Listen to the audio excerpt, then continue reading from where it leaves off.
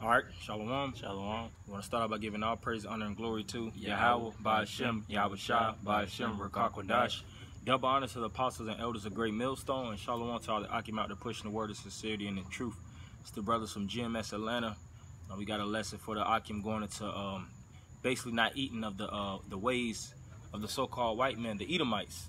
All right, the so-called white men put a lot of food, and he put a lot of things, food for thought, certain things to arouse you and to basically excite your appetite, your spiritual appetite, but that's not the way that you want to go. You want to shut down anything that it has to do with the ways and the luxury of America mentally, because it's at the end of the day, it's for your demise. All right, things that you should be overindulging in, so to speak, indulging in and feasting on is the words of Yahweh Ba'ashem Yahweh Shah.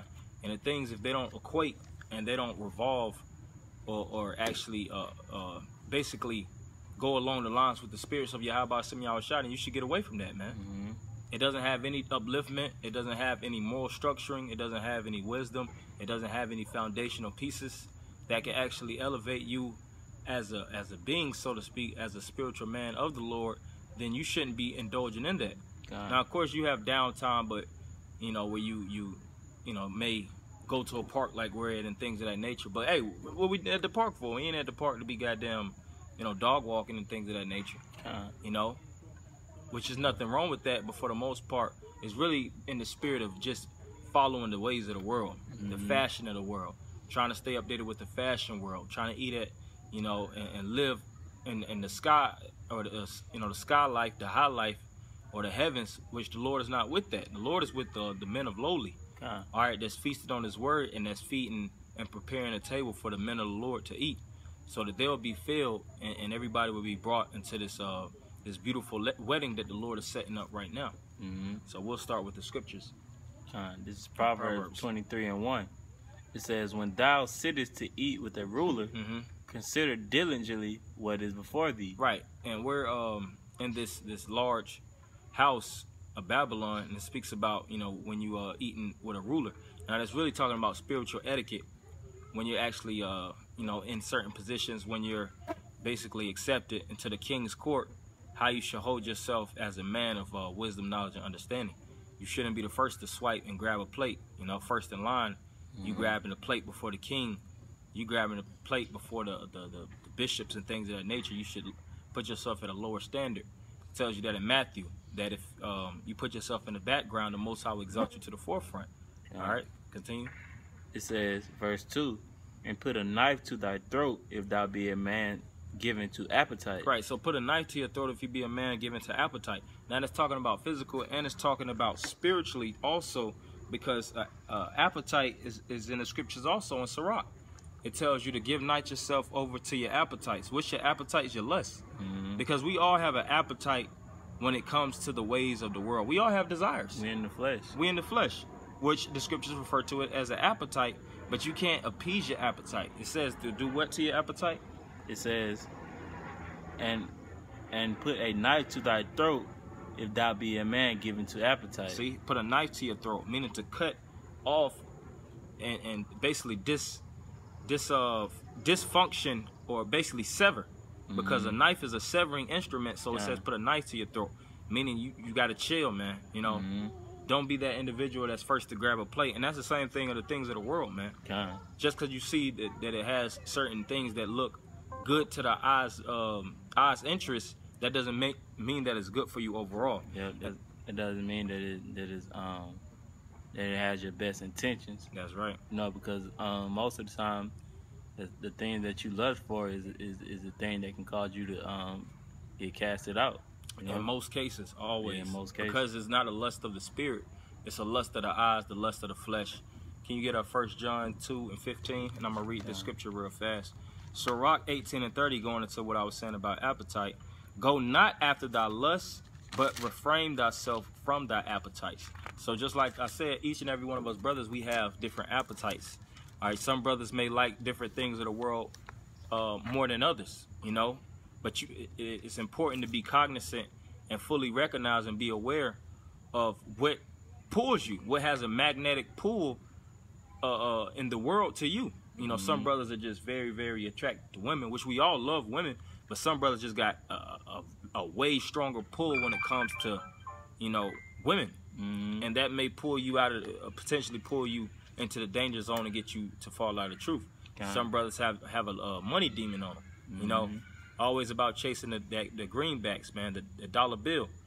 And that pull can pull you out of the faith.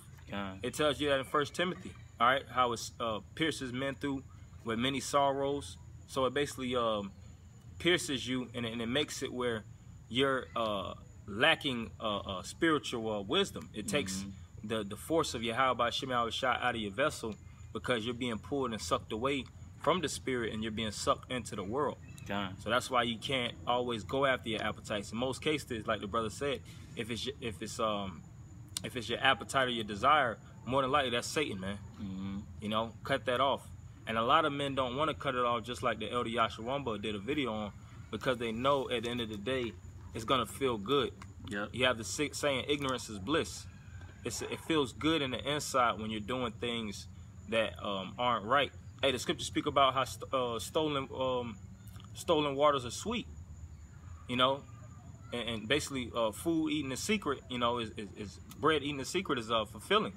So our people like to do things under the table, knowing that it's potentially hazardous and dangerous to their spiritual and you know, mental well-being. But at the time they have a high craving, and they can't shut down their appetite, so they follow after the appetite, which leads to instantaneous death. You want to say something? No, that was okay. Come on. You want me to get that 1 John? This is 1 John 2:15.